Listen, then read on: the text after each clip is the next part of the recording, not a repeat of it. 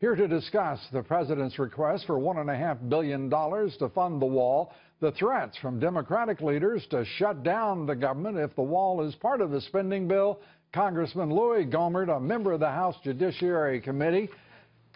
Good to have you with us, Congressman. Let's start, if we may, with this very charitable, generous, warm embrace on the part of the OMB director, Mick Mulvaney, of all things Democratic in the way of, well, whatever they want to trade for. That's a nice approach. It doesn't seem to be anything anything we're used to, at least, over the past administration. Well, we weren't used to it with the past administration, but 2 administrations ago, the Bush administration would have Kennedy to the White House about as often as anybody, or more so, and he would enjoy anything that Bush would be hospitable and provide, and then walk right out to the microphones and call Bush everything in the books. A lot of Democrats do that. So I don't expect to see anything different than what people did, Democrats did Congressman, back then. I know you well. You're not a cynical person. You're a man of a big heart, big mind. We've got big things to get done in this country. We do. Surely we the Democrats do. and the Republicans can come together on this. What do you think? $1.5 billion for a little, let's call it a barrier. Let's call it some sort of obstacle. If not a wall. Can't that be finessed a little? Yeah, we can finesse that. And in fact, Obama would take money that was geared for one thing and use it for something else. I don't advocate doing that. But there is so much money in the budget that can be used. We just got to make sure he has what he needs. But keep in mind, he said that we would build a wall and Mexico would pay for it. And some people say, well, then why does he need money? He didn't say when. It's kind of like the Bible. God says, if you ask for wisdom, I'll give it. But he never said when. I've been asking since I was 6 years old. Some things, just take time and don't occur real quick. But I think that's the way with the wall. We're going to build it, and I can guarantee you Trump's going to keep his word. Mexico's going to end up paying. I've heard some good ideas for how that's going to be made to happen. Yeah. So I think it will happen. But listen, there are 10 Democrats in the Senate that are straining because they're pulled one direction by Schumer, but they're pulled another by wanting to keep their seat in a state we know Trump won. We know how that pull will work out. Yeah, well. So let me ask you this: when we're talking about the physics of being a congressman, the House is controlled by the Republican Party, so I hear. Is it? The Senate is controlled by the Republicans, which I also. I now take, by the way, I happen to believe it now that Neil Gorsuch has been confirmed. Yeah, that's true. So controlling both of those august bodies, why in the world should we have to worry about the government being shut down? Why don't you all just pass some legislation and get it moving straight away? Well, I'm hoping that's what we're going to do. I do think it's nice to reach out, to offer an olive branch. I don't think that Obama had the right approach. He and Henry Waxman saying... Whoa.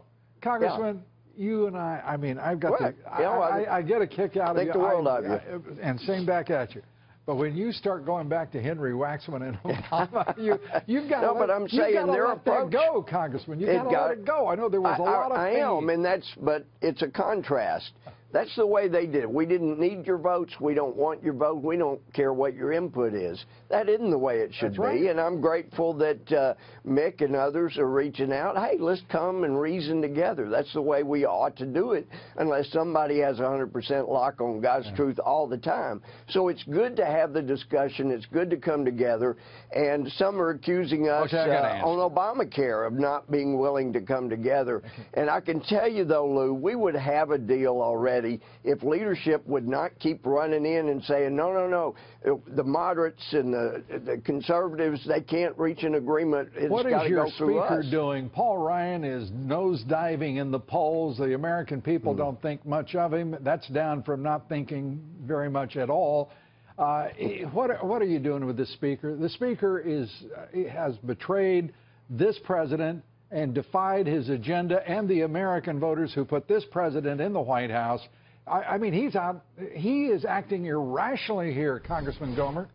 Well, he thinks apparently that this bill was the Obamacare so-called repeal was a good bill, but the trouble is, it's not. I mean, it's not near as good as the one we did two years ago. We got everybody to vote on that, so I didn't know why we couldn't go back there. You're going to legislate that, so I don't want to litigate it tonight. But I do want to understand what you're going to do with a speaker who defies the president, asserts his personal agenda over that of the president of the United States, makes the conference, the Republican conference, look like you folks have lost your minds to put up with him and actually call him some sort of leader. I mean, the American people are telling you in poll after poll, there it is. He is viewed negatively. I mean, he has been nosediving in the polls because the American people are not as dumb as he obviously thinks they are. They know what he's doing. I'm hoping that we're going to be able to be allowed to come to an agreement on Obamacare. It's not going to be a repeal, but we have got to bring down premiums. And it's not going to be a repeal.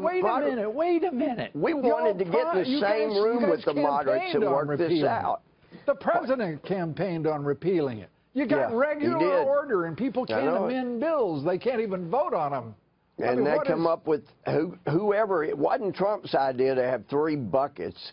He was told this is the best way to get it through Congress. Now, folks so who we'll don't have know the what first you're talking about when you're talking about 3 buckets, suddenly there were 3 phases to come into a sensible conclusion on Obamacare, which is exploding right in front of our All we had to do eyes. was do what we did 2 years ago and then let free markets work. We did do a good thing in the House when we voted to end the exemption of health insurance companies from antitrust laws. And I'm not being sarcastic. No, I know you're not. If we didn't do that, then you buy across state lines, you have 1 monopoly instead of 50. But we've got such fine, well, kind of small pickings to go from when we start talking about the good things that have been done with Obamacare. But congratulations on that one, Congressman, and I know there will be many more. I think we're going to get a deal done, and we are going to get a deal done on taxes. We have got to bring those down. I hear you.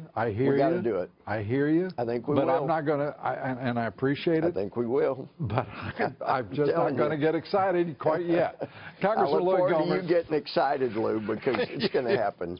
You got it, Congressman. Great to have you with us.